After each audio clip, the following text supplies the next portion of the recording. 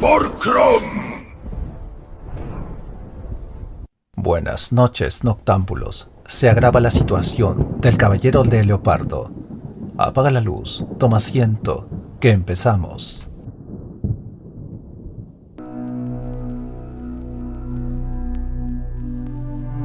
El talismán de Walter Scott.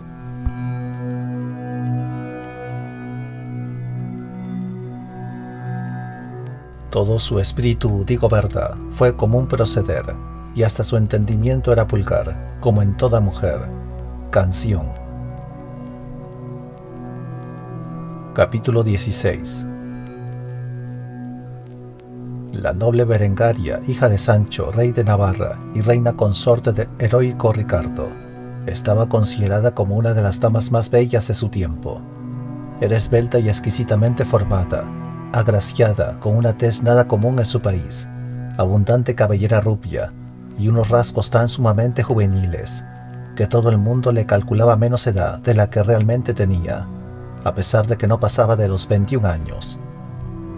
Quizá porque estaba demasiado convencida de este aspecto juvenil suyo, tenía o aparentaba tener un carácter infantil y mimado, que ella podía suponer que no dejaban de ser apropiados a una joven esposa cuya posición y edad le dan derechos a que le sean perdonados y tolerados toda clase de antojos. Era agradable de natural, y se le tributaba la admiración y el homenaje que creía que le correspondían. Y en eso su opinión era muy exigente. Se resignaba sin protesta, y entonces no podía hallarse persona de mejor carácter ni de trato más agradable que ella. Pero como todos los déspotas, cuanto más poder se le concedía voluntariamente, mayor deseaba tenerlo. A veces incluso cuando era satisfecha todas las veleidades de su ambición, le gustaba tener una pequeña indisposición o un pequeño desmayo, y los médicos se desvanaban los sesos para inventar nombres de enfermedades imaginarias, mientras sus damas se torturaban la imaginación para encontrar nuevas diversiones, nuevos peinados y tocados, o nuevas charlas con las que hacerle pasar agradablemente aquellas enfadosas horas durante las cuales su estado no era nada envidiable. El más frecuente recurso consistía en gastarse alguna mala broma o engaño entre ellas mismas, y la buena de la reina, para resucitar su alegre humor perdido, no se preocupaba mucho, si hemos de decir la verdad, de si las bromas estaban totalmente en consonancia con su dignidad, o si la pena que causaban a los que las sufrían no era superior a la distracción que de ellas obtenía. Por otra parte, tenía gran confianza en el favor que le otorgaba su esposo, en su elevada situación y en su supuesto poder de reparar los daños que tales bromas pudieran causar a los demás. En pocas palabras, era retonza, con la libertad de una leonzuela, inconsciente del daño que puede causar el peso de sus garras a aquellos sobre quienes las pone. La reina Berengaria amaba apasionadamente a su esposo, pero temía lo brusco de su carácter y su orgullo, y como además ella se reconocía inferior en talento a él, no veía con gusto que a menudo prefiriera conversar con Edith Plantagenet, por la sola razón de que encontraba en ella temas más atractivos, una inteligencia más abierta y una corriente de ideas y de sentimientos más elevados que los que manifestaba su bella esposa. No por eso Berengaria aborrecía a Edith, y mucho menos sintió jamás deseos de desacreditarla, porque pasando por alto un poco de egoísmo, en conjunto su carácter era inocente y generoso.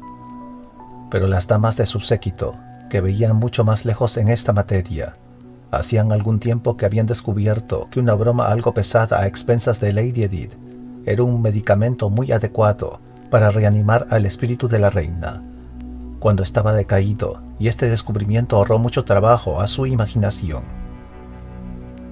En esta conducta había mucha injusticia, porque Lady Edith pasaba por ser huérfana, y a pesar de que llevaba el nombre de Plantagenet y de la bella doncella de Anjou, y de que Ricardo le favoreciera con algunos privilegios que sólo concedía a los miembros de la familia real, otorgándole el lugar correspondiente en las altas esferas de la corte, pocas eran las personas que supieran, y en la corte nadie se había atrevido a preguntarlo, qué grado de parentesco la unía con Corazón de León. Había venido con Leonor, la célebre reina madre de Inglaterra, y se reunió con Ricardo en Mesina, como una de las damas destinadas al servicio de Berengaria, cuya boda se aproximaba entonces. Ricardo trataba a su parienta con ceremonioso respeto. La reina había hecho de ella su dama predilecta, y a pesar de la pequeña envidia a que nos hemos referido, la trataba siempre con el debido comedimiento. Las damas de la reina no obtuvieron sobre Edith durante mucho tiempo otras ventajas que las que le proporcionaba una ocasión de censurar un peinado resuelto con poca gracia, o un vestido poco elegante, porque se consideraba que la doncella desconocía estos misterios. La silenciosa devoción del caballero escocés no pasó desapercibida. Los colores de sus vestidos e insignias, sus hechos de armas, sus lemas y sus divisas fueron observados muy pronto y aprovechados como motivo de pasajeras bromas. Después tuvo efecto la peregrinación de la reina y de sus damas a Engadí, viaje que la reina emprendió en virtud de una promesa hecha por la salud de su esposo, y a la que había sido alentada por el arzobispo de Tiro, con fines políticos. Fue entonces y en la capilla de aquel santo lugar, puesta en comunicación por la parte superior con un convento de monjas carmelitas y por la inferior con la cueva del ermitaño, donde una de las damas de la reina se dio cuenta de las señales de secreta inteligencia que Edith diera a su galán, y de las que se apresuró a enterar a su majestad. La reina regresó de aquella peregrinación enriquecida con esta admirable receta contra el aburrimiento y la tristeza, y su séquito aumentado con el regalo de 2 desgraciados enanos que le hizo la reina destronada de Jerusalén, tan monstruosos y locos, la más preciada cualidad de estas infelices criaturas, como ninguna otra reina habría podido desear.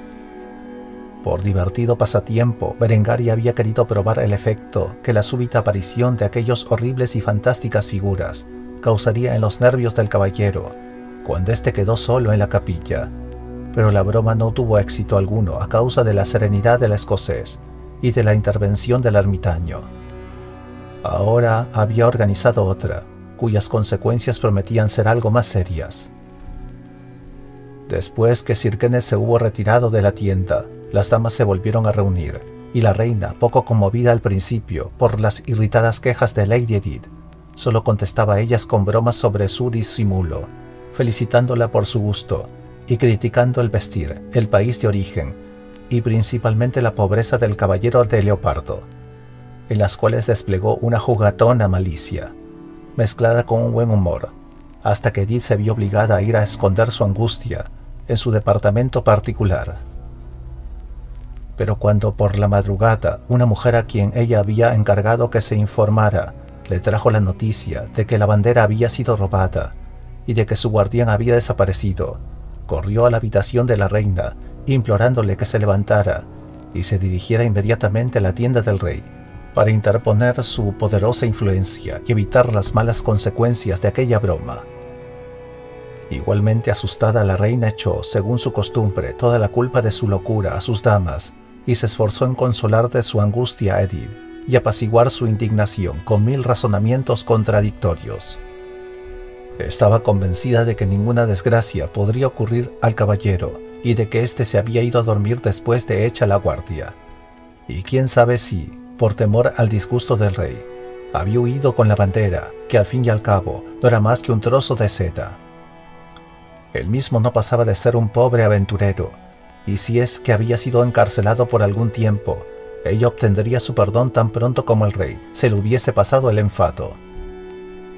Siguió hablando de esta manera con razón y sin ella, amontonando toda clase de contradicciones, con la vana esperanza de convencer a Edith y a sí misma de que no podía derivarse ninguna desgracia de una broma, de que ella se arrepienta de todo corazón. Pero mientras Edith intentaba inútilmente cortar este torrente de palabras vanas, sus ojos se fijaron en los de una mujer que acababa de penetrar en la habitación de la reina. En su rostro se veían pintados la muerte, el espanto y el horror, y Edith habría caído desvanecida inmediatamente, a no ser porque la fuerza de la necesidad y su elevación de carácter la obligaban a demostrar una serenidad externa. «Señora», dijo a la reina, «no perdáis un momento más en palabras, salvad la vida si todavía, añadió, y su voz se entrecortó al decir estas palabras. «Se le puede salvar». Puede ser, contestó Lady Calixta. Acaban de decirme que lo han llevado a presencia del rey. Aún estamos a tiempo, pero, añadió prorrumpiendo en un torrente de lágrimas, provocadas en parte por el remordimiento, pronto no habrá remedio si no se toma una rápida decisión. Prometo un candelabro de oro al Santo Sepulcro, un relicario de plata a Nuestra Señora de Engaddi, y un palio que valga 100 bisantes a Santo Tomás de Orties, dijo la reina desesperada. Levantaos, señora, dijo Edith, invocad a todos los santos si queréis, pero sed vos misma vuestro santo mejor. Es verdad, señora, dijo la aterrorizada sirvienta. Lady Edith tiene razón. Levantaos, señora, y vamos a la tienda del rey, y pidámosle la vida de ese pobre caballero. Iré ahora mismo, dijo la reina, levantándose temblorosa, mientras sus damas tan trastornadas como ella misma no atinaban ni a presentarle los servicios que le eran imprescindibles para vestirse. Calmada y serena, pero pálida como un cadáver, Edith ayudó a la reina con sus propias manos, supliendo la falta de las numerosas sirvientas. «Qué manera de servir, muchachas», dijo la reina, que era incapaz de prescindir, ni siquiera en ocasiones como aquella, de las frívolas distinciones. «Permitiréis que Lady Edith haga vuestro trabajo. ¿Te fijas, Edith? No hacen nada. De esta manera no acabaremos nunca. Enviaré a buscar al arzobispo de Tiro para que sirva de mediador». «Oh, no», exclamó Edith. «Id vos misma, señora. Vos habéis hecho el daño y vos tenéis que encontrar el remedio». «Iré», dijo la reina. «Pero si Ricardo está enfadado no le hablaré. Me mataría». «Id, amable señora», dijo Lady Calixta, que conocía mejor que nadie el carácter de la reina. «Un león furioso que viera este rostro y este cuerpo se amansaría enseguida. Y que no hará, pues, un fiel caballero enamorado, como el rey Ricardo, para quien vuestras palabras más insignificantes son órdenes». «¿Lo crees así, Calixta?», dijo la reina. «Ah, qué mal le conocéis. No obstante iré, pero fijaos, ¿qué significa eso? Me habéis puesto un vestido verde, que es un color que él detesta. Mirad, ponedme un vestido azul, y buscad el collar de rubíes que formaba parte del rescate del rey de Chipre. Estará en aquel cofre de acero, o en cualquier otra parte». «Os entretendéis de esta manera, y la vida de un hombre está en peligro», dijo Edith con indignación. «No hay paciencia humana que lo aguante. No os preocupéis, señora, iré yo a ver al rey Ricardo. Soy parte interesada. Sabré si se puede bromear con el honor de una pobre muchacha de su sangre, y si su nombre puede servir de anzuelo para hacer desertar a un bravo caballero de sus deberes, ponerle al borde de la muerte y de la infamia, y hacer a la vez que la gloria de Inglaterra se convierta en objeto de risa de todo el ejército cristiano». Ante esta inesperada explosión de pasión, Berengaria quedó mirándola con ojos estupefactos, de miedo y de sorpresa. Pero cuando Edith iba a salir ya de la tienda, exclamó, aunque con voz débil: «Contenedla, contenedla». «Es conveniente que os contengáis, noble Lady Edith», dijo Calixta, cogiéndola amablemente de un brazo. «Y estoy segura de que vos, real señora, os apresuraréis a ir. Si Lady Edith va sola, el rey se encolerizará aún más, y no le bastará una vida para aplacar su ira». «Iré», dijo la reina, reconociendo la urgencia del caso, y Edith se contuvo a pesar suyo para esperarla. Todas se movieron ahora tan rápidas como podía desearse. La reina se cubrió precipitadamente en una holgada capa que disimulaba las deficiencias de su modo de vestir, y acompañada por Edith y sus damas, y precedida y escoltada por algunos oficiales y hombres de armas, se dirigió a la tienda de su leonido esposo. Era cada cabello en su cabeza una vida debiendo suplicarse como tantos cabellos 4 veces. Vida tras vida, astro que se funde, rompiendo el alba, o como lámparas que hasta la medianoche iluminaron la mesa del festín, y que una a una, cuando marchan los huéspedes, se apagan. Comedia antigua. Capítulo 17. Con todo el respeto y las atenciones debidas, los chambelanes que montaban la guardia en el departamento exterior de la tienda del rey se opusieron al paso de la reina y le impidieron que entrara al interior. Ella misma pudo oír cómo el rey daba la orden categórica. «Ya lo veis», dijo la reina Edith, como si ya hubiese agotado todos los medios de intersección a su alcance. «Ya lo sabía, el rey no nos recibirá». Al mismo tiempo oyeron que el rey hablaba a alguien que estaba dentro. «Ve y despacha pronto tu tarea, pícaro, que en tal cosa estriba tu gracia. 10 bisantes si le despachas al primer golpe. Y oye, malandrín, observa si su rostro cambia de color, o si parpadea. Explícame en más leve temblor de sus facciones, y si cierra los ojos. Me gusta saber la cara que ponen los valientes cuando se enfrentan con la muerte». «Si ven mi acero en el aire y no se encoge, será el primero que lo haga», contestó una voz áspera y profunda, suavizada algo por un desacostumbrado sentimiento de respetuoso temor, que le hacía adquirir un tono mucho más moderado del que tenían sus habituales gruñidos. Edith no pudo callar más. «Si vuestra gracia», dijo la reina, «no quiere abrirse paso, lo abriré yo, si no para vuestra majestad, para mí al menos. Chambelanes, la reina quiere ver al rey Ricardo. La esposa necesita hablar con su esposo».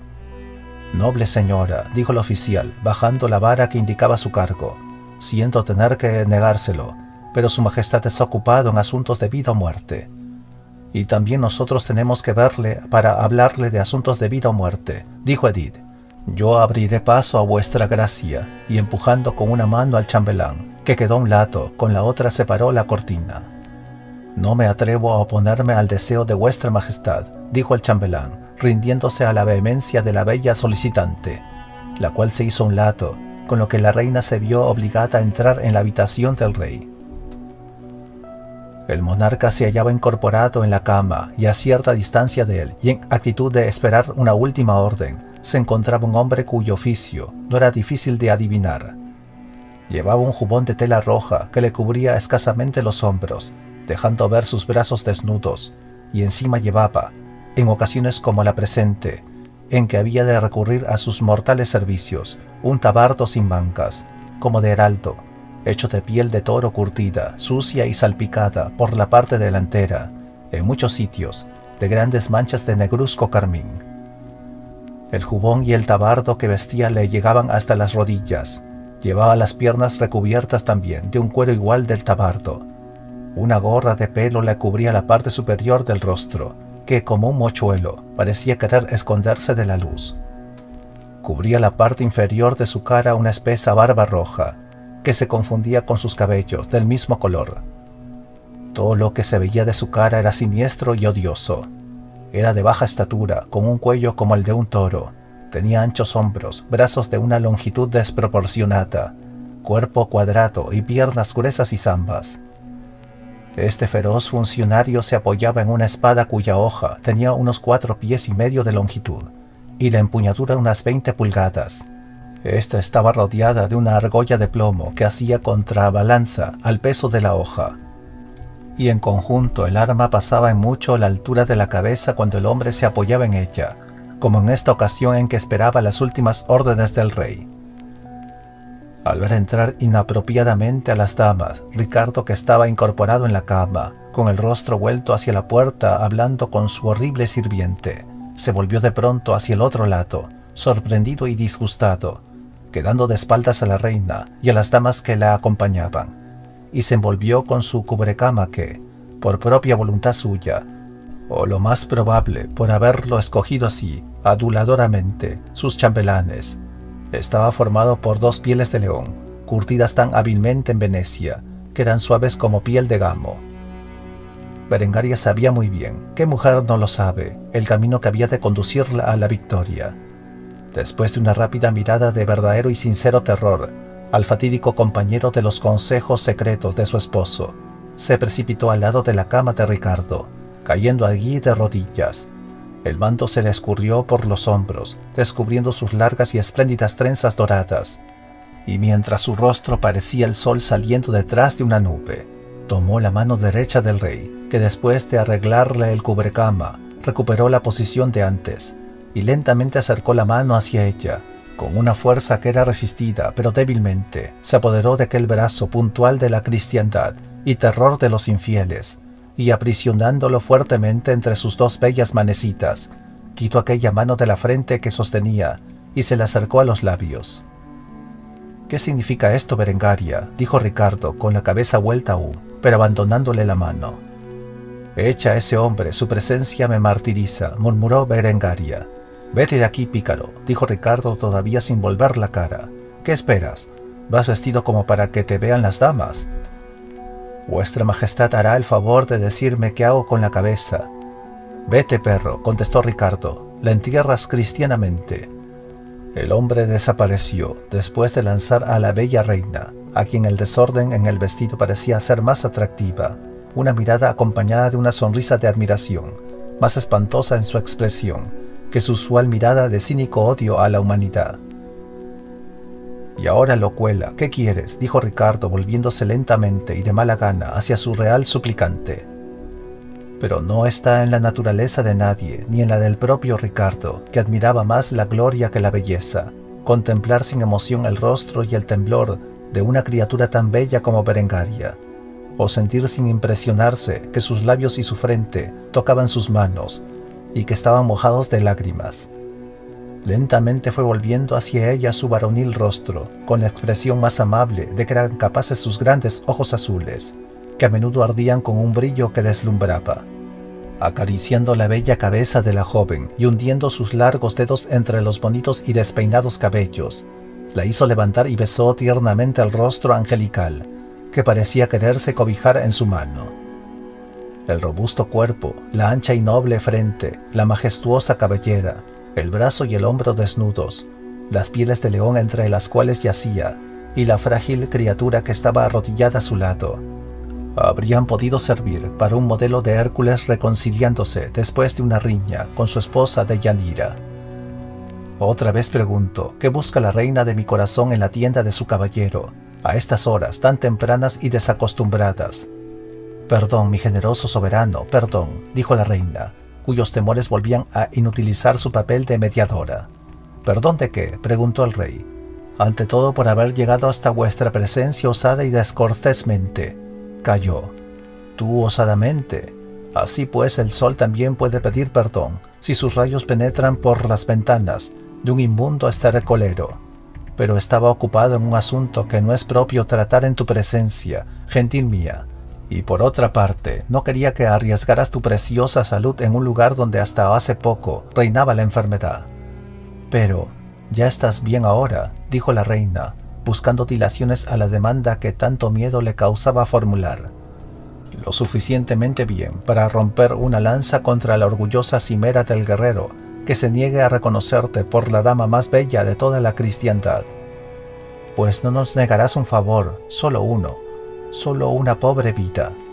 «Ah, sigue», dijo el rey frunciendo el ceño. «Ese infeliz caballero escocés», murmuró la reina. «No me habléis de él, señora», exclamó Ricardo con dureza. «Morirá, su sentencia ha sido pronunciada». «Querido esposo y señor mío, solo se ha perdido una simple bandera de seda. Berengaria te dará otra, bordada con sus propias manos, tan rica como jamás el viento haya hecho ondear ninguna. La adornaré con tantas perlas como poseo, y en cada perla pondré una lágrima de agradecimiento a mi generoso caballero». «No sabes lo que dices», repuso el rey, interrumpiéndola irritado. «¿Perlas? ¿Crees que todas las perlas de Oriente reunidas bastarían a reparar una ofensa inferida al honor de Inglaterra? ¿Y que todas las lágrimas de los ojos de una mujer podrían borrar una mancha caída sobre la fama de Ricardo? Idos, señora, aprended a conocer cuál es vuestro lugar, vuestras ocasiones y vuestro campo de acción. Ahora estamos ocupados en cosas en que no podéis inmiscuiros». «Ya lo oyes, Edith», susurró la reina, «no hacemos sino irritarle más». «Aunque sea así», dijo Edith adelantándose, «señor, yo, vuestra pobre parienta, vengo a pediros justicia más que compasión, y los oídos de un monarca deben estar siempre dispuestos a la demanda de justicia, a cualquier hora, lugar y circunstancias». «Ah, es nuestra prima Edith», dijo Ricardo levantándose y sentándose a su lado, cubierto con su largo vestido de dormir. «Siempre me habláis dirigiéndoos solo al rey, y como rey voy a contestaros, siempre que no me hagáis una petición indigna de vos y de mí». La belleza de Edith tenía un matiz de mayor inteligencia y menos voluptuosidad que la de la reina. pero la impaciencia y la ansiedad habían comunicado a su rostro una viveza de color de que carecía a menudo, y en sus facciones se veía una expresión de enérgica dignidad que hasta impuso silencio, por espacio de un momento, al propio Ricardo, quien, a juzgar por sus miradas, ardía en deseos de interrumpirla. «Mi señor», dijo Edith, «ese buen caballero cuya sangre estáis a punto de derramar, ha prestado servicios cuando ha llegado el momento a la cristiandad. Ha faltado a su deber atraído por una trampa que le tendieron la locura y la inconsciencia. Le enviaron un mensaje en nombre de alguien. ¿Y por qué no decir que fue en nombre mío? Y que le indujo a abandonar por unos momentos su puesto. ¿Qué caballero del campamento cristiano no habría faltado para obedecer la orden de una mujer que, si bien es pobre en otros bienes, lleva en sus venas la sangre de los Plantagenet?» «Así pues, prima, le visteis», replicó el rey mordiéndose los labios de cólera. «Le vi, señor», dijo Edith. «No es este el momento de explicar el porqué. No he venido aquí a disculparme ni a acusar a nadie». «¿Y dónde le concedisteis tal favor?» «En la tienda de su majestad la reina». «De nuestra real consorte», dijo Ricardo. «Por Dios, por San Jorge de Inglaterra, y por todos los santos del cielo. Eso es demasiada audacia». Conocía y vigilaba la insolente admiración de ese guerrero por alguien que está tan por encima de él, y no me disgustaba que una persona de mi linaje ejerciera desde su alta esfera una influencia como la que ejerce el sol sobre la tierra que tiene debajo. Pero cielos y tierra, que le hayáis concedido una entrevista nocturna en la propia tienda de nuestra real consorte, y que aún os atreváis a alegarlo como excusa de su desobediencia y deserción. Por el alma de mi padre, Edith, que vas a pagarlo pasando toda tu vida encerrada en un monasterio». «Señor», dijo Edith, «vuestra grandeza excluye la tiranía. Mi honor, señor rey, está tan limpio como el vuestro, y mi señora la reina puede aseverarlo si quiere. Pero ya he dicho que no he venido ni a disculparme ni a acusar a nadie.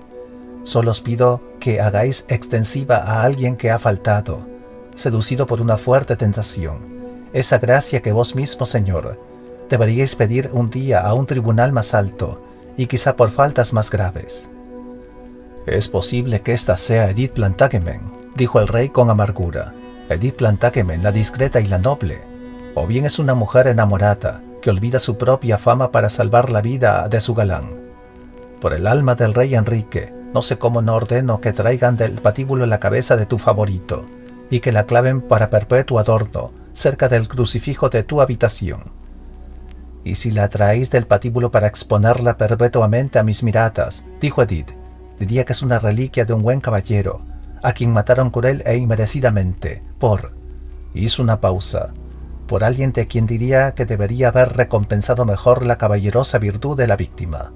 Favorito le has llamado», añadió en tono cada vez más vehemente. «En verdad era mi galán y el más fiel enamorado, pero jamás me pidió favor alguno, ni con la mirada ni con la palabra. Se contentaba con la adoración humilde que los hombres profesan a los santos.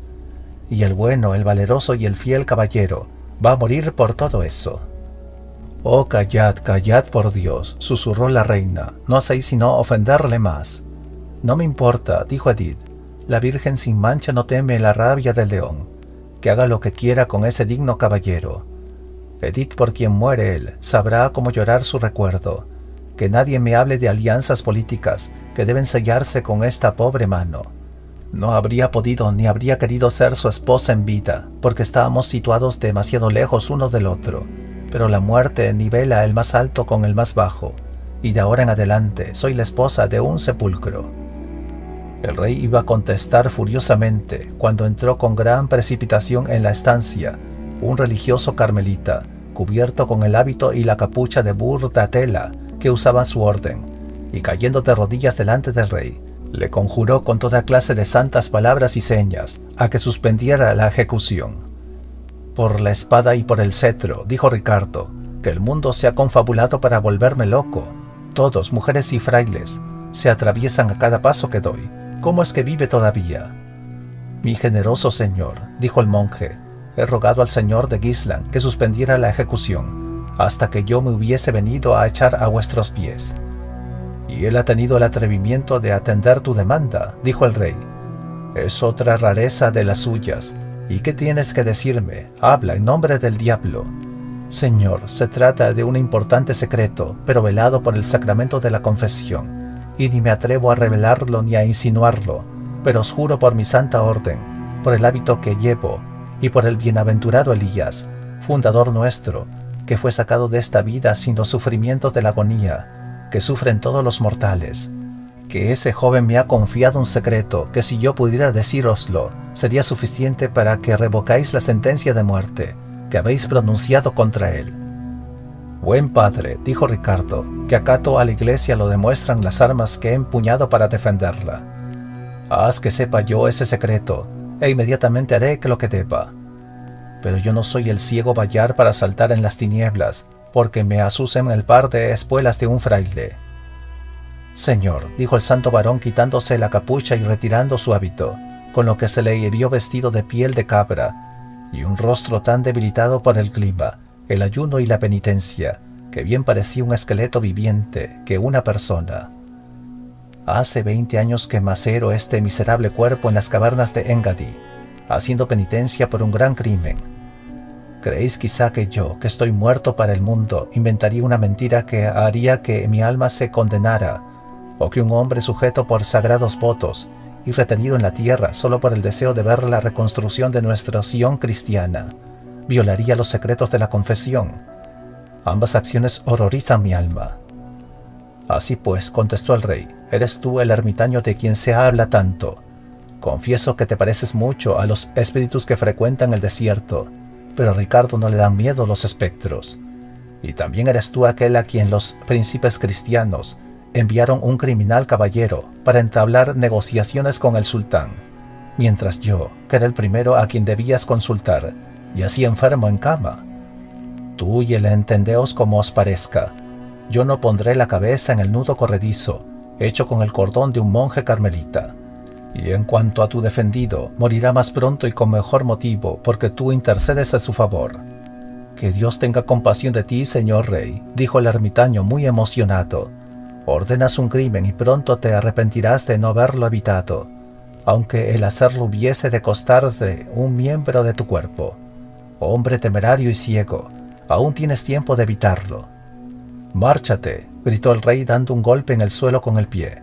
El sol ha salido sobre el deshonor de Inglaterra, y eso no se ha vengado todavía. Señoras y fraile, marchaos todos si no queréis oír órdenes desagradables para vosotros, porque, por San Jorge juro. No jurarás, dijo la voz de alguien que acababa de penetrar en el pabellón. Ah, mi sabio Jaquín, dijo el rey, supongo que vienes a conocer el precio de vuestra generosidad. Vengo a pedir unos momentos de conversación contigo, unos momentos siquiera, y para cosas de mayor interés. Antes contempla a mi esposa Jaquín y permítele que conozca el que ha salvado a su marido.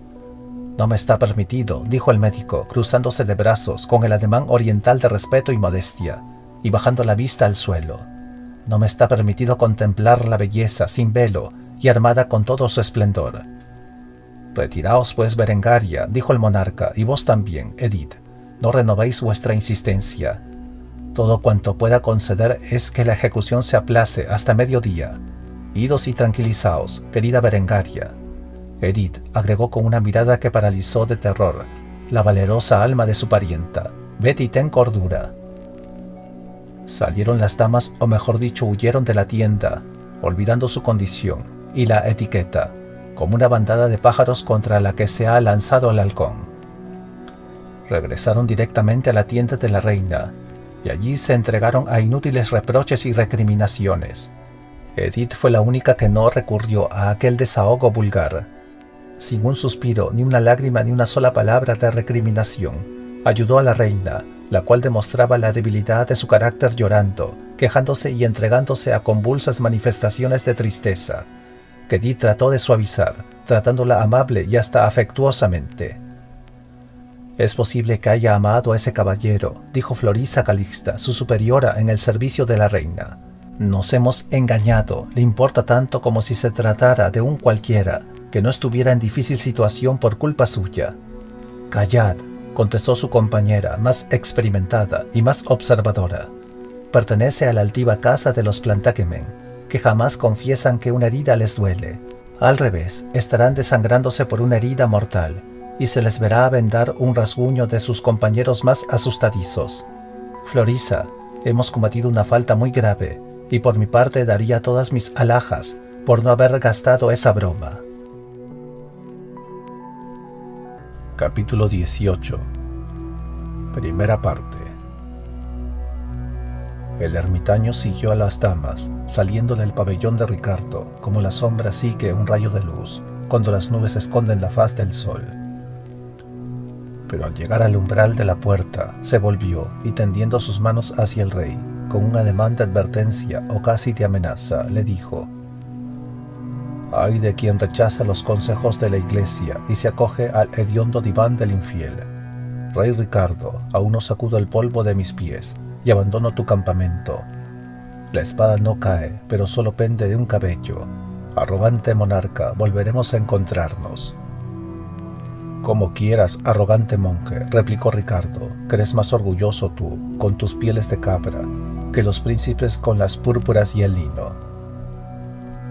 El ermitaño salió de la tienda y el rey preguntó dirigiéndose al árabe: «¿Acostumbran los derviches orientales a hablar con tanta familiaridad a sus príncipes sabio Hakim?»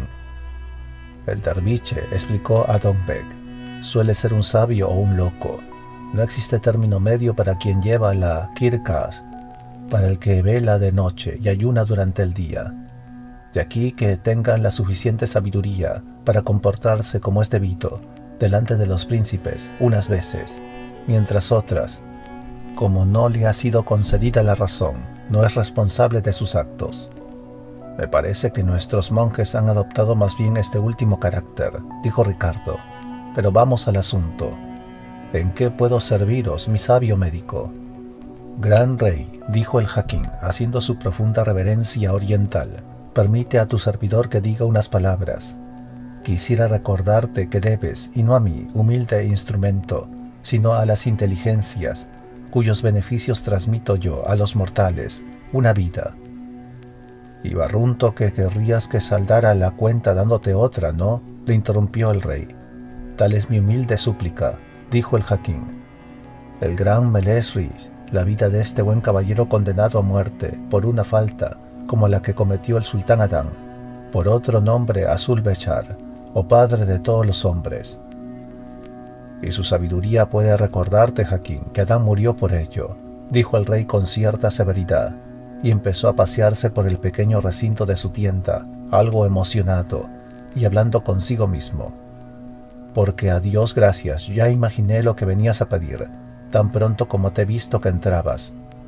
Ahí tenemos una pobre vida condenada con justicia a la extinción, y yo, un rey y un soldado, que ha hecho matar a tantos miles de hombres, y que los ha derribado con mi propia mano, voy a no tener poder sobre ese hombre, a pesar de que el culpable haya manchado el honor de mis armas, de mi casa y hasta de mi reina. Por San Jorge, que me da risa, válgame San Luis. Esto me recuerda un relato de Blondel sobre un castillo encantado, en el que un caballero predestinado se veía privado de entrar por apariciones y espectros, muy diferentes, pero todos hostiles a su misión. Tan pronto como desaparecía uno, ya aparecía otro. Esposa, parienta, ermitaño, Hakim, van apareciendo sucesivamente en la lista, tan pronto como el anterior sale derrotado. Eso es como un caballero solo que se viera obligado a contener con todos los que toman parte de un torneo. Ah, y Ricardo se echó a reír, lo cual indicaba en realidad un cambio en su estado de ánimo, que ya se iniciaba efectivamente, puesto que siendo generalmente tan violenta su cólera, no podía durar mucho. Entretanto el médico le contemplaba sorprendido y no sin cierto desprecio, porque los orientales no comprenden estos cambios de humor de los caracteres, y consideran que, en casi todos sus aspectos, la risa rebaja la dignidad de un hombre, y que solo es propia de mujeres y niños. Por último, cuando el rey recobró su estado natural, el sabio le dijo: «De unos labios que ríen nos sale una sentencia de muerte. Permite que tu servidor crea que le has concedido la vida a ese hombre. A cambio de ella, tomo la libertad de 1000 cautivos», dijo Ricardo. «Restitúyelos a sus tiendas y familias, y te firmaré la orden ahora mismo».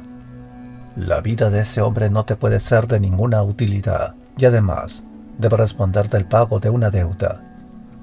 Todas nuestras vidas están en el mismo caso, dijo el Hakim, poniéndose la mano en la cabeza. Pero el gran acreedor es compasivo, y no exige el pago de la deuda ni rigurosamente, ni antes del tiempo debido. No puedes convencerme, dijo Ricardo, de que tengas un interés especial en interponerte en un acto de justicia al que estoy obligado, como monarca coronado que soy. Tan obligado estás a la clemencia como a la justicia, contestó el Hakim, pero lo que tú quieres es que se cumpla tu voluntad. Y en cuanto al interés especial que pueda tener esta demanda, debes saber que la vida de más de un hombre está pendiente de que tú concedas esa gracia. Explica tus palabras, dijo Ricardo, pero no creas que vas a imponerte con falsos argumentos. Esté lejos de tu servidor tal cosa, dijo a Don Beg. Sabe, pues, que la medicina que a ti, señor rey, y a todos otros, os ha devuelto la salud, es un talismán confeccionado bajo ciertos aspectos del cielo, cuando son más propicias las divinas inteligencias. Yo no soy más que el humilde administrador de sus virtudes. Lo sumerjo en una copa de agua, observo la hora adecuada para darlo al enfermo, y la virtud del brebaje obra la curación. Rara y cómoda medicina, dijo el rey, y cómo puede ser llevada en el bolsillo del médico, ahora toda la caravana de camellos que requiere el transporte de drogas e instrumentos médicos. Me sorprende que todavía estén en uso las otras. Escrito está, contestó el Hakim con serenidad imperturbable. No abuses del caballo que te ha traído de la batalla. Has de saber que estos talismanes pueden ser compuestos, es verdad, pero han sido muy pocos los adeptos que se han atrevido a emprender la aplicación de su virtud. Severas privaciones, penosas reglas, ayunos y penitencias necesita el sabio que usa de este procedimiento de curación. Y si olvidando esta preparación, para entregarse al descanso y a los apetitos sensuales, deja de curar por lo menos 12 personas dentro del ciclo de cada luna, pierde el amuleto, la virtud de su divino don. Y tanto el último enfermo como el propio médico están expuestos a grandes desgracias, y ninguno de los dos vivirá más de un año. Necesito una vida para llegar a la cifra requerida. Sal del campamento, buen Hakim, y encontrarás muchas, dijo el rey, y no robes al verdugo sus pacientes. Es impropio de un médico de tu categoría inmiscuirse en el trabajo de otro. Por otra parte, no veo de qué manera podrías, salvando a un criminal de la muerte que merece, colmar el número de tus curas maravillosas. Cuando puedas explicar por qué una toma de agua fría te ha curado a ti, después de fracasar las más preciosas drogas, dijo Hakim, podrás razonar sobre los demás misterios relacionados con esta cuestión. Por lo demás, hoy no puedo realizar ninguna curación, porque esta mañana he tocado a un animal impuro. Así pues, no preguntes nada más, bástate saber que salvando la vida de ese hombre, accediendo a mi súplica, te salvarás tú, gran rey, y salvarás a tu servidor de un gran peligro. Oye, Don Beg, contestó el rey, no tengo objeción alguna que hacer a que los médicos envuelvan sus palabras entre nieblas y pretendan sacar conocimientos de las estrellas, pero cuando conjuras a Ricardo Plantagenet a que caerá sobre él un peligro por algún agujero o por omisión de alguna ceremonia, no hablas a un ignorante sajón o a una vieja maníaca que renuncia a sus propios porque una liebre atraviese su camino, porque grazne un cuerpo o porque estornude un gato. Yo no puedo evitar que dudéis de mis palabras, dijo a Don Beg, pero permitidme, mi gran señor, que os asegure que la verdad está en la lengua de tu servidor. ¿Consideráis justo privar de los beneficios de este valioso talismán al mundo y a todos los desgraciados que aún pueden sufrir los dolores que no hace mucho os tenían sujeto al lecho, antes que perdonar a un pobre delincuente? Pensad, señor rey, que si bien podéis matar a millares de hombres, no podéis devolver la salud a uno solo. Los reyes tienen el poder de Satanás para el tormento, los sabios el de Alá para curar. Guardaos de robar a la humanidad el bien que no podéis devolverle. Podéis cortar una cabeza, pero ni tan solo podéis curar un ligero dolor de muelas. Eso pasa de insolente, dijo el rey encolerizándose a medida que el Hakim adoptaba una actitud más elevada y casi imperiosa. Te tomamos para médico, pero no para consejero o director espiritual. Y así es como recompensa el más famoso príncipe del Franquistán los beneficios hechos a su real persona, dijo el Hakim, trocando la actitud humilde y modesta con que había suplicado al rey hasta entonces, por otra arrogante y autoritaria. Sabe pues, que en todas las cortes de Europa y Asia, ante musulmanes y nazarenos, ante damas y caballeros, en todas partes donde se pulsa un arpa o se ciñe una espada, donde quiera que el honor sea apreciado y aborrecida la infamia, por todo el mundo te denunciaré, Melekri, como desagradecido y avaro, y hasta en los países si queda alguno que no conozcan tu fama se sabrá tu venganza. Eso me dices de mí, vil infiel, dijo Ricardo acercándose furioso. ¿Es que estás cansado de vivir? Pega, contestó el Hakim. Entonces tus obras te pintarán más cobarde que mis propias palabras, aunque cada una tuviera el aguijón de una avispa. Ricardo se volvió hacia él, cruzando de brazos, atravesó la tienda como antes y exclamó: «Desgraciado y avaro, eso es llamarme cobarde y desleal, Hakim. Has elegido tu recompensa, y aunque habría preferido que me hubieses pedido las joyas de mi corona, no obraría como rey si te las negara. Quédate con ese escocés, pues, bajo tu custodia. El preboste te lo entregará presentándole esta orden escrita por mí». Precipitadamente escribió 2 o 3 líneas y las dio al médico. «Utilízale como esclavo y dispón de él como te parezca. Solo advierto que tenga cuidado de no ponerse jamás a la vista de Ricardo. Oye, tú eres sabio. Ese caballero ha sido demasiado atrevido con aquellas a cuyos hechizos y flaquezas de carácter confiamos nuestro honor. Igual que vosotros, los orientales, escondéis vuestros tesoros dentro de cofrecitos de hilo de plata, tan finos y quebradizos como telarañas. Tu servidor comprende las palabras del rey, dijo el sabio, volviendo a adoptar el tono de respeto con que empezara. Cuando hay una mancha en la rica alfombra, el necio enseña la mancha, pero el hombre prudente extiende sobre ella su capa.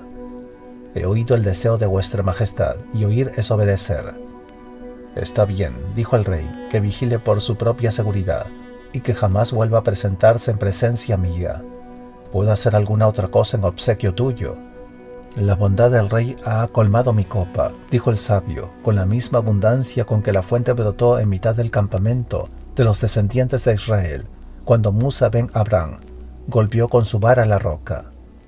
Sí, dijo el rey sonriendo, pero aquí, como en el desierto, era preciso un golpe terrible a la roca para que diera sus tesoros.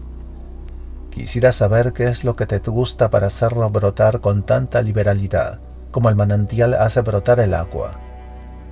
Permitidme estrechar esa mano victoriosa, dijo el sabio, en señal de que si Adonbec el Hakim hubiese de pedir un favor a Ricardo de Inglaterra, puede hacerlo seguro de que sería acogido su demanda.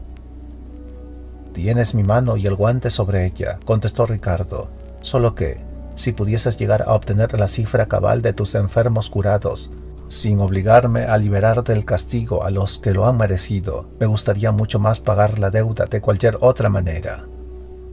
Sean multiplicados tus días, contestó el Hakim, y salió de la tienda haciendo las acostumbradas y profundas reverencias.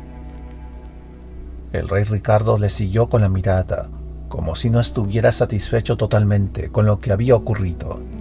Rara obstinación la de ese Hakim, se dijo a sí mismo, y maravilloso azar que viene a interponerse entre ese audaz escocés y el castigo que mereció tan justamente. Sin embargo, que viva. Habrá un valiente más en el mundo. Y ahora vamos con el austriaco. Ah, está ahí el barón de Gisland.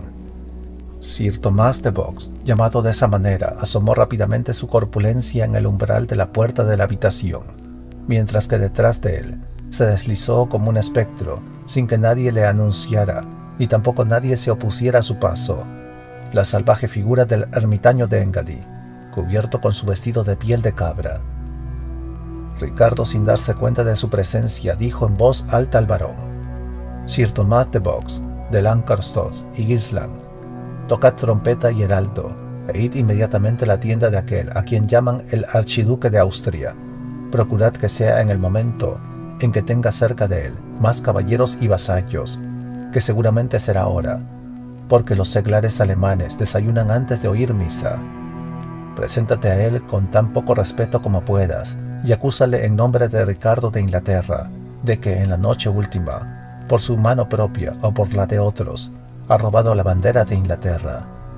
Le dirás que nuestra voluntad es que dentro de una hora, a partir del momento en que le hables, restablezca la mencionada bandera en su puesto, con todos los honores asistiendo a él y todos sus nobles, con la cabeza descubierta, y sus insignias exteriores de sus dignidades. Y que además de eso, al lado hice su bandera de Austria boca abajo, por haber sido deshonrada por el latrocinio y la felonía, y que al otro lado ponga, clavada en el extremo de una lanza, la cabeza ensangrentada del que ha sido su principal consejero o ayudante en esta baja conspiración. Dile que si cumple estas órdenes con toda puntualidad, consentiremos en gracia a nuestro voto y por el bien de la Tierra Santa, en olvidar todos sus demás insultos anteriores. Y si el archiduque niega que esté complicado en este insulto o traición, dijo Tomás de Vaux, dile, contestó el rey, que lo probaremos con su cuerpo, aunque le ayuden sus dos campeones más bravos. Como rey, se lo demostraré como caballero, a pie o a caballo, en el desierto o en el campo, y en el tiempo y lugar y con las armas que él mismo elija. Pensad en la paz de Dios y de la Iglesia, mi señor, dijo el barón de Guislan, que hay que mantener entre los príncipes que participen en esta cruzada. Piensa tú cómo tienes que cumplir mis órdenes, vasallo, contestó Ricardo impacientemente. Me parece que todos los hombres creen que con solo un bufido van a hacerme cambiar de propósito, como los chicos hacen volar una pluma de una parte para otra. La paz de la Iglesia entre los cruzados quiere decir la guerra contra los sarracenos, con los cuales han pactado una tregua, y la expiración de una es el principio de la otra. Por otra parte, ¿no ves cómo cada uno de esos príncipes no busca sino su provecho particular? Pues yo también quiero mirar por el mío, y el mío es el honor. Por el honor he venido aquí, y si no puedo aumentarlo contra los sarracenos, por lo menos no quiero que disminuya ni un ápice, por ningún motivo con ese miserable duque, aunque todos los príncipes de la cruzada le sirvieran de muralla y le ayudaran. De Vaux se disponía a obedecer la orden del rey, encogiéndose de hombros, pues era imposible para su ruda franqueza disimular su disparidad de criterio con tal mandato. Pero el ermitaño Dengadi se adelantó, adoptando la actitud de quien está encargado de dar a conocer órdenes más elevadas que las de un simple magnate terrenal. En verdad sus vestiduras de hirsuta piel, su barba y su cabellera enmarañadas, sus salvajes enjutas e irregulares facciones, y la casi irresistible llama que despedían sus ojos bajo las espesas cejas, le daban el aspecto de lo que imaginamos que debían ser algunos de los profetas de la Escritura, quienes, encargados de una elevada misión, cerca de los pecadores reyes de Judá o Israel, descendían de los peñascales y cavernas en que vivían en completa soledad, para humillar a los tiranos terrenales en medio de su orgullo y fulminar contra ellos las aterradoras amenazas de la divina majestad, lo mismo que la nube descarga los relámpagos de que es portadora, en las cimas y torres de los castillos y palacios. A pesar de sus arrebatos, Ricardo respetaba a la iglesia y a sus ministros, y aunque le irritaba la intromisión del ermitaño en su tienda, le saludó con respeto, mientras con una seña ordenaba de Vaux que se apresurara a cumplir sus órdenes. Pero el ermitaño prohibió con ademanes, miradas y palabras que el varón diera un solo paso para ir a cumplir su cometido, y levantando el brazo, enjuto por los ayunos y herido por los golpes de las disciplinas, lo agitó en el aire, quedando desnudo porque con la violencia de sus movimientos, la piel de cabra se corrió hacia atrás. En nombre de Dios y del Santo Padre, vicario de la Iglesia cristiana en la tierra, prohíbo ese brutal, sanguinario y profano reto entre dos príncipes cristianos, que llevan en el hombro la señal bendita por la que se han jurado fraternidad. Ay de quien intente romper ese juramento, Ricardo de Inglaterra, revoca el impío mensaje que has dado a este varón. El peligro y la muerte están cerca de ti. El puñal reluce muy cerca de tu garganta. El peligro y la muerte, contestó el monarca con gran arrogancia, son compañeros de Ricardo, el cual ha hecho frente a muchas espadas para que le dé miedo un puñal. Peligro y muerte están muy cerca de ti, repitió el profeta, con una voz que de tan profunda y cavernosa no parecía de este mundo. Y después de la muerte viene el juicio. Santo y buen padre, dijo Ricardo, venero tu persona y tu santidad. No me respetes a mí, interrumpió el ermitaño. Respeta más bien al vil insecto que se arrastra por las orillas del mar muerto y que se nutre con su limo maldito. Respeta a aquel que me ordena que te hable. Respeta a aquel cuyo sepulcro has jurado reconquistar. Respeta el juramento de concordia que hiciste y no rompas el argentino lazo de unión y fidelidad con que te uniste a tú mismo a tus nobles confederados. Buen padre, contestó el rey, vosotros los eclesiásticos me parece que tenéis un poco más de presunción de la que sería preciso, si es lícito que un seglar se exprese así sobre la dignidad de vuestro sagrado carácter. Sí que contradiga el derecho que tenéis a velar por nuestra conciencia, me parece que podríais dejaros a nosotros mismos la custodia de nuestro honor. Presunción, repitió el ermitaño, presuntuoso yo, rey Ricardo, que no soy más que la campanilla que obedece la mano del acólito, que el insensible e indigno clarín que transmite la orden del que le toca. Mira, me arrodillo a tus pies implorándote gracia por la cristiandad, por Inglaterra y por ti mismo. Levántate, levántate, dijo Ricardo, obligándole a levantarse con su propia mano. Las rodillas que tan a menudo se doblan ante la divinidad no deben tocar el suelo para hacer honor a un hombre. ¿Qué peligro nos amenaza, reverendo padre? ¿Desde cuándo el poder de Inglaterra ha caído tan bajo para que la petulante parlería de ese duque de nuevo cuño pueda alarmar a ella y a su monarca? Desde mi observatorio de la montaña he elevado la vista hasta la estrellada oeste del cielo, cuando en el circuito de medianoche cada astro comunica su sabiduría a los demás y la ciencia a los pocos que pueden entender sus voces. Ha entrado un enemigo en tu casa de la vida, señor rey, alguien que es enemigo de tu nombre y de tu prosperidad. Una influencia de Saturno te amenaza con un peligro inminente y sangriento, que si no sometes tu soberbia voluntad al imperativo del deber, te aplastará como un gusano junto con tu orgullo. Vete, vete, eso es una ciencia pagana, dijo el rey. Los cristianos no la practican y los sabios no la creen. Viejo, tú chocheas. No chocheo, Ricardo, contestó el ermitaño, no tengo esa suerte. Sé cuál es mi estado y que todavía me está permitido gozar un poco de la razón, no para mí, sino para bien de la Iglesia y para el triunfo de la cruz. Yo soy el ciego que sostiene una antorcha encendida para iluminar a los demás, aunque él no vea su luz. Pregúntame lo que conviene para la prosperidad de la Iglesia y de la cruzada, y te contestaré como el más sabio consejero en cuyos labios radique constantemente la persuasión. Háblame de mi pobre y miserable ser, y mis palabras serán las del loco rematado que soy. No es mi deseo romper los lazos que unen a los príncipes cristianos de la Santa Cruzada, dijo Ricardo con voz y ademanes más moderados. Pero, ¿qué reparación pueden darme por la injusticia y el insulto que me han inferido?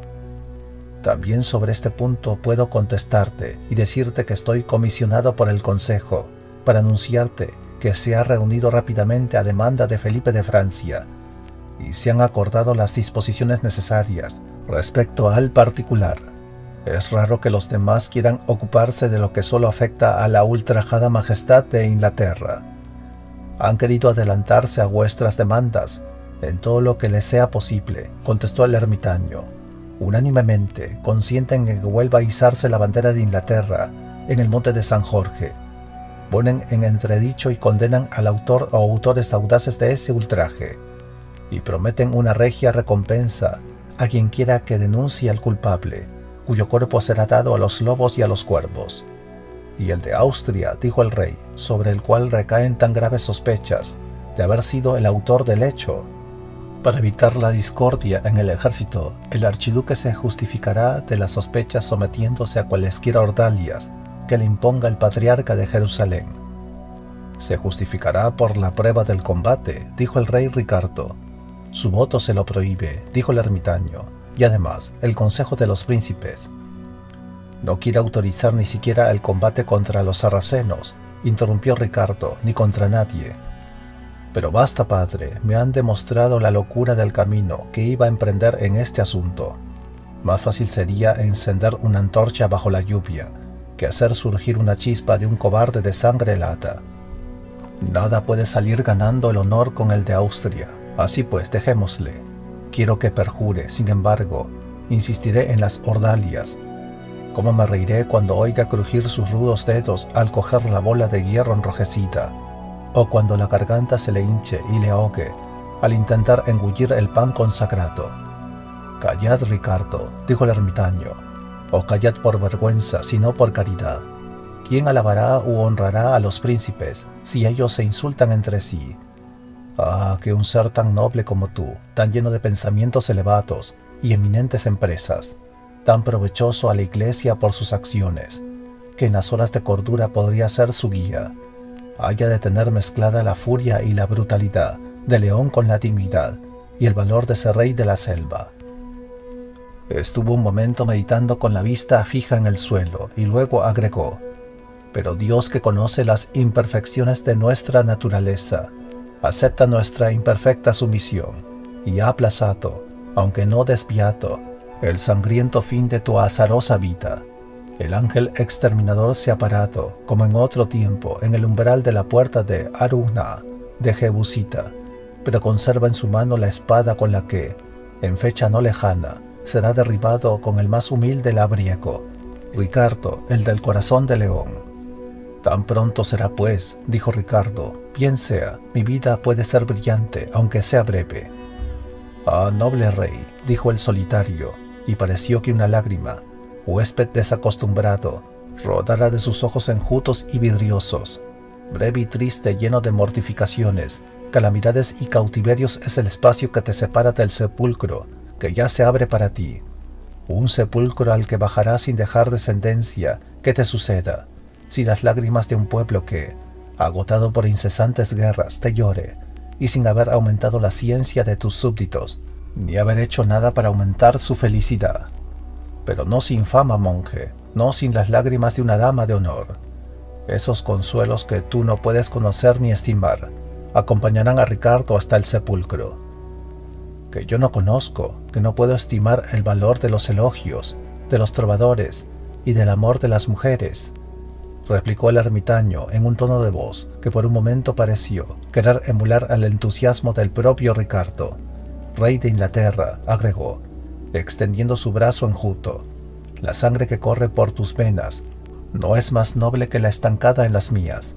Pocas y frías son sus gotas, pero aún son sangre del real Lusignan, del heroico y santificado Godofredo. Yo soy, o mejor yo era, cuando vivía en el siglo, Alberico Mortemar, cuyas hazañas, dijo Ricardo, hicieron sonar tan a menudo las trompetas de la fama. Es cierto, es posible. Un astro como tú puede desprenderse del horizonte de la caballería, sin que se sepa dónde han caído sus cenizas. Mira una estrella caída, dijo el ermitaño, y no verás más que luz y un poco de agua limosa que, al pasar por el horizonte, ha tenido por un momento una esplendorosa apariencia. Ricardo, si yo pensara que, levantando el sangriento velo de mi terrible destino, pudiera hacer someter tu orgulloso corazón a la disciplina de la Iglesia, encontraría en mi pecho fuerzas para explicarte una historia que hasta ahora he guardado secreta, a pesar de que me devoraba las entrañas como se consumió en su propia contemplación el doncel del paganismo. Oye pues, Ricardo, y que la pena y la desesperación, que tan poco útiles han de ser a este miserable despojo de lo que un día fue un hombre, puedan servir de ejemplo a un ser tan noble y tan arrebatado como tú eres. Sí, quiero abrir de nuevo las antiguas llagas, aunque en tu presencia vuelvan a sangrar hasta que muera. El rey Ricardo, a quien la historia de Alberico de Montemar había causado profunda impresión en sus años mozos, cuando los trovadores cantaban las leyendas de Tierra Santa, en los salones del palacio de su padre. Escuchó respetuosamente el resumen de una historia que, a pesar de ser oscura y mal construida, indicaba suficientemente la causa de la parcial locura de aquel singular y desgraciado ser. «No es necesario decirte», dijo el ermitaño, «que yo era noble por el nacimiento, rico en fortuna, fuerte en las armas y sabio en el consejo. Todo eso era yo. Pero mientras las más nobles damas se disputaban en Palestina por cuál de ellas cubriría de guirnaldas mi yelmo, mi amor se fijó, inalterable y constantemente fiel, en una muchacha de baja condición. Su padre, un antiguo soldado de la cruz, descubrió nuestra pasión y, sabiendo la diferencia existente entre nosotros, no encontró para el honor de su hija otro refugio que ponerla a la sombra de un convento. Yo regresé de una lejana expedición cubierto de botín y de honores para encontrar que mi felicidad había sido destruida para siempre. Yo también me encerré en un monasterio y Satanás, que me había elegido por presa, encendió en mi corazón una humareda de orgullo espiritual que no podía haber nacido sino en las mismas regiones infernales. Me elevé tanto en la iglesia como antes me elevara en el Estado. En verdad, yo era el sabio, el justo y el impecable. Fui el consejero de concilios y director de prelados. ¿Cómo habría podido estar en peligro? ¿Cómo podía sufrir la tentación? Llegué a ser confesor de un convento de monjas, y entre aquellas religiosas encontré a la que hacía tanto tiempo que amaba y a la que hacía tanto tiempo había perdido. No necesito prolongar más mi confesión.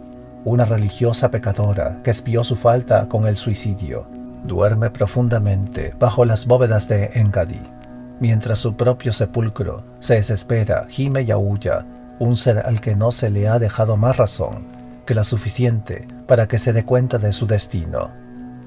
«Qué hombre tan desgraciado», dijo Ricardo. «Ya no me admira tu sufrimiento.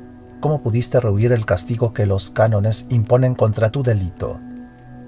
Pregúntalo al que todavía sufre la hiel de las amarguras terrenas», dijo el ermitaño, «y te hablará de una vida salvada por respetos personales y por consideraciones a su alto nacimiento.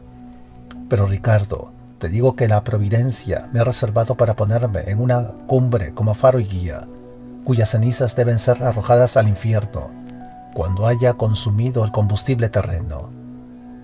A pesar de que este cuerpo que ves esté extenuado y macerado, aún animan dos espíritus, uno activo, indomable y agresivo, consagrado a la causa de la Iglesia de Jerusalén, otro vil, abyecto y desesperado, que fluctúa entre la locura y la desesperación, que llora sobre mi miseria y que custodia las santas reliquias, que no puedo mirar sin cometer el más grande pecado. No me compadezcas, es pecar compadecerse de la pérdida de un ser abyecto. No me compadezcas, pero saca provecho de mi ejemplo. Tú estás situado en la cumbre más alta y por ello mismo la más peligrosa de las que ocupe ningún otro príncipe cristiano. Tienes el corazón orgulloso, la vida disoluta y la mano sanguinaria. Aparta de ti los pecados que son como hijos tuyos. Por mucho que las quiera el pecador Adán, arranca de tu pecho esas furias que has prohijado, tu orgullo, tu lujuria, tu sed de sangre. Está delirando, dijo Ricardo volviéndose hacia The Box, como quien se siente apenado por un sarcasmo del que ya no se ofende.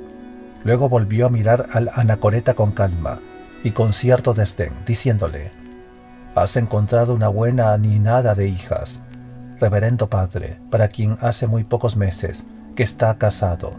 Pero ya que tengo que echarles de casa, como buen padre, les tendré que buscar maridos convenientes. Por consiguiente, regalo mi orgullo a los nobles canónigos de la Iglesia, mi lujuria, como has dicho tú, a los monjes de la regla, y mi sed de sangre a los caballeros del temple». «Oh corazón de acero y mano de hierro», dijo el anacoreta, «para quien son inútiles los consejos y los ejemplos, va a serte concedido un plazo por si quieres arrepentirte y hacer lo que es agradable a los ojos de Dios. En cuanto a mí, he de volver a mi puesto. Kyrie eleison, yo soy aquel a través del cual los rayos de la divina gracia fulgurante, como los rayos del sol a través de un cristal de aumento. Se concentran sobre los objetos, hasta que se encienden y llamean, mientras el cristal continúa frío e intacto. Kiri Ellison. Hay que llamar al pobre, porque el rico rechaza el banquete. Kiri Ellison. Y al decir estas palabras, salió corriendo de la tienda, profiriendo grandes gritos. ¡Qué fraile tan loco!, dijo Ricardo, a quien los gritos del ermitaño casi habían borrado la impresión que le produjera el relato de su historia y desgracia. Síguele de Vaux, y mira que no le ocurra nada, porque a pesar de que sean cruzados, un juglar inspira a nuestra gente más respeto que un sacerdote o un santo, y podría gastarle alguna mala broma. El caballero obedeció y Ricardo se abonó a los pensamientos que le inspirara la tétrica profecía del monje. Morir joven, sin descendencia y sin nadie que me llore. Dura sentencia y suerte que no ha sido pronunciada por un juez más competente. Sin embargo, los sarracenos que son entendidos en ciencia mística aseguran a menudo que aquel a cuyos ojos la sabiduría de los sabios no es sino locura, inspira la sabiduría a los que los hombres tienen por locos. Dicen que este ermitaño lee en los astros, lo cual está muy en uso en estas tierras, donde la hueste celeste se convierte en objeto de idolatría. Querría haberle preguntado por la pérdida de mi bandera, porque ni el bienaventurado Trisbite, fundador de su orden, podría parecer más loco ni decir cosas más semejantes a las de un profeta. ¿Qué hay de Vaux? ¿Qué se sabe del fraile loco? «Fraile loco le llamáis, mi señor», contestó de Vaux. «Mi opinión es que se parece más al bienaventurado Bautista salido del desierto. Se ha subido a una máquina de guerra y desde allí está predicando a los soldados como jamás haya predicado hombre alguno, desde los tiempos de Pedro el ermitaño. El campamento, alarmado por sus gritos, se congrega en derredor suyo. A millares, de vez en cuando interrumpe su discurso y se dirige a los diferentes grupos nacionales, a cada uno en su propio idioma, y con sólidos argumentos les anima a persistir en la liberación de Palestina. Por el sol que nos ilumina, que es un noble ermitaño», dijo el rey Ricardo, «pero podría esperarse otra cosa de la sangre de Godofredo. Él desespera de su salvación porque en otros tiempos vivió por amor. Haré que el Papa le envíe una amplia absolución, y de buena gana intercederé para que a su bella Amis la nombren abadesa». Mientras decía esas palabras, el arzobispo de Tiro pidió audiencia para solicitar de Ricardo que asistiera, si se lo permitía, su estado de salud, a una reunión secreta que iban a celebrar los jefes de la cruzada, y para explicarle los acontecimientos militares y políticos que habían ocurrido durante su enfermedad. Ahora puedes ser miembro del canal. Muchas gracias. Si el video te gustó, por favor dale me gusta y suscríbete. Eso me ayudaría muchísimo.